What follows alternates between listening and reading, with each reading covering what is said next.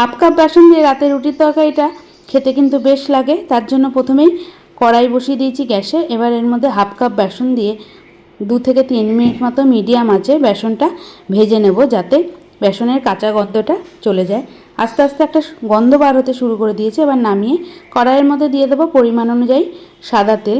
তেল গরম হয়ে গেছে, হাফ চামচ গোটা জিরে দিয়ে এর মধ্যে ছোট ছোট টুকরো করে কেটে রাখা আলুগুলো মিডিয়াম আঁচে 3 থেকে 4 মিনিট মতো হালকা লাল করে ভেজে নেব।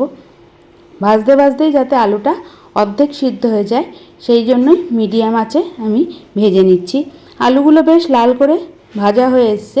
এবার এর মধ্যে দিয়ে দেবো বড় বড় করে কেটে রাখা পেঁয়াজ আর ক্যাপসিকাম।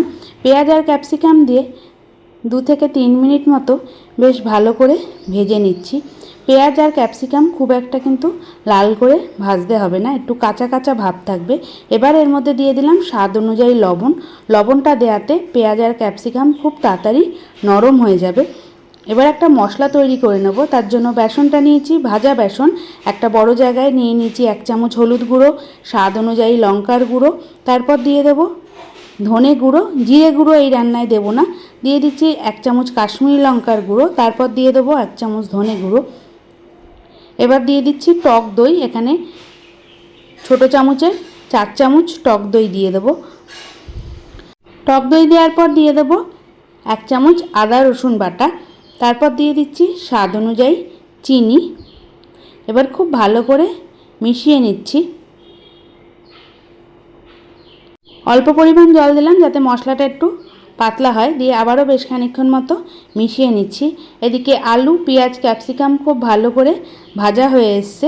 এবার এর মধ্যে তৈরি করে রাখা মশলা দিয়ে দিলাম। মশলা দিয়ে সিম আঁচে 2 থেকে 3 মিনিট মতো সবজির সঙ্গে খুব ভালো করে মিশিয়ে নিচ্ছি। একবার এইভাবে রুটির তরকারি করে দেখুন। রুটি কেন, লুচি, পরোটা সব কিছুর সঙ্গেই খুবই ভালো লাগে। আর একঘেয়ে রুটির তরকারি সবসময় খেতে ভালোও লাগে না। খুব ভালো করে কষানো হয়ে গেছে। এবার বাটি ধোয়া জল দিয়ে দিলাম। যদি পরে জলের প্রয়োজন হয় সেক্ষেত্রে আবারও জল দেব। এবার খুব ভালো করে ফুটিয়ে নিচ্ছি। মিডিয়াম আঁচে 3 থেকে 4 মিনিট মতো রান্না করার পর সবজিগুলো সব সেদ্ধ হয়ে গেছে। এবার দিয়ে দিলাম 1 চামচ গরম মশলার গুঁড়ো। গরম মশলা দেওয়ার পর এর মধ্যে দিয়ে দিচ্ছি কাসুরি মেথি পাতা। যদি বাড়িতে ধনে পাতা থাকে সেটাও দিতে পারেন। দিয়ে 2 মিনিট মতো রান্না করে আমি গ্যাস বন্ধ করে দিচ্ছি।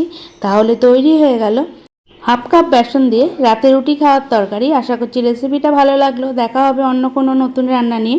ততক্ষণ ভালো থাকুন, সুস্থ থাকুন, দেখতে থাকুন নতুন নতুন অনেক রান্না। আশা করছি আজকের রান্নাটা আপনাদের সকলেরই খুবই ভালো লাগলো।